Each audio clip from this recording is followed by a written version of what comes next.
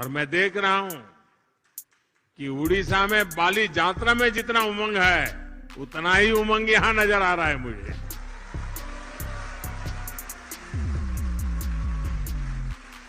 जब मैं आपसे बात कर रहा हूं इसी पल बाली से 1,500 किलोमीटर दूर भारत के कटक शहर में महानदी के किनारे बाली यात्रा का महोत्सव चल रहा है, जिसे बाली यात्रा कहते हैं। इंडोनेशिया आने के बाद, बाली आने के बाद हर हिंदुस्तानी को एक अलग ही अनुभूति होती है,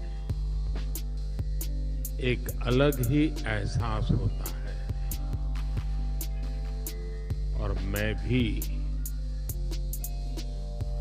वही वाइब्रेशंस फील कर रहा हूं।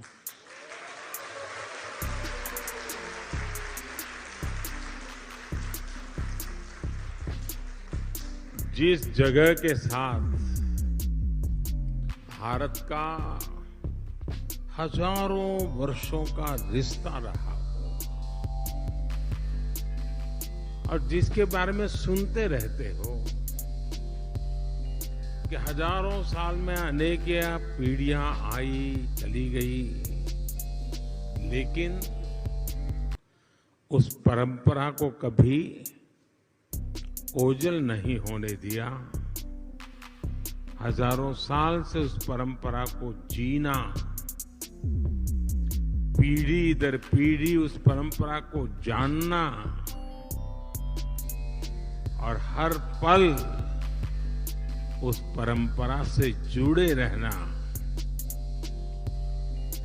वहां के लोग, इस धरती एक अलग ही आनंद देती है, अलग ही आनंद की अनुभूति कराती है। आप कल्पना कर सकते हैं, आज जिस समय मैं आपसे बात कर रहा हूं, हम यहां बाली में बैठे हैं,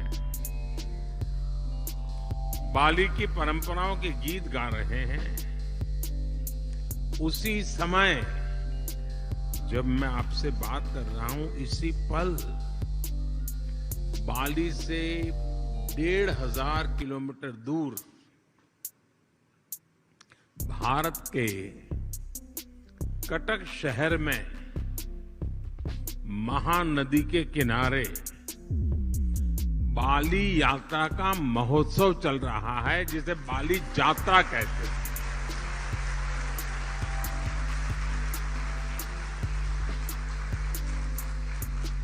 और ये बाली यात्रा है क्या? ये महोत्सव भारत और इंडोनेशिया के बीच हजारों वर्षों के ट्रेड रिलेशंस को सेलिब्रेट करता है। इंडोनेशिया के लोग इस बार की बाली यात्रा के फोटो इंटरनेट पर देखेंगे तो उन्हें वाकई गर्व होगा, आनंद होगा, उत्साह से भर जाएंगे। और कई वर्षों बाद, बीच में कोरोना के कारण जो दिक्कतें आई, उसके कारण कुछ रुकावटें आई थी, और अब कई वर्षों बाद बाली यात्रा, ये महोत्सव उड़ीसा में बहुत ही बड़े स्केल पर भव्यता के साथ, दिव्यता के साथ, लाखों लोगों की भागीदारी के साथ, मास पार्टिसिपेशन के साथ अभी मनाया जा रहा है। मुझे बताया गया कि वहां के लोग ये बाली यात्रा के स्मरण में एक स्पर्धा चला रहे हैं।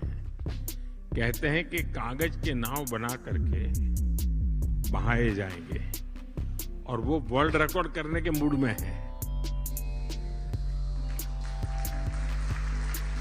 इसका मतलब ये हुआ कि उड़ीसा में आज जो लोग इकट्ठा हुए हैं, उनका शरीर वहां है, लेकिन मन बाली में है, आप लोगों के बीच में है।